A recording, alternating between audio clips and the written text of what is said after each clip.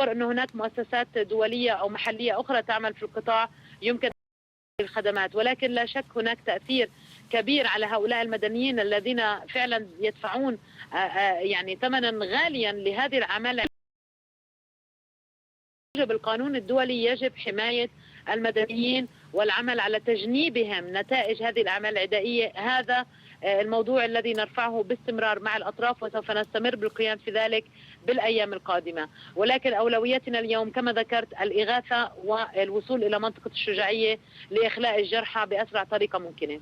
نادية دبسي الناطقة باسم الصليب الأحمر، كنت معنا من القدس، شكرا جزيلا لك. إلى العراق، حيث تبنى تنظيم الدولة الإسلامية سلسلة الهجمات بسيارات مفخخة والتي أدت إلى مقتل نحو 30 شخصا وإصابة العشرات في أحياء متفرقة من العاصمة بغداد.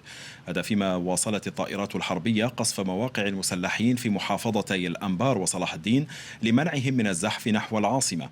في هذه الأثناء عاد الرئيس العراقي جلال طالباني إلى بلاده بعد رحلة علاج طويلة.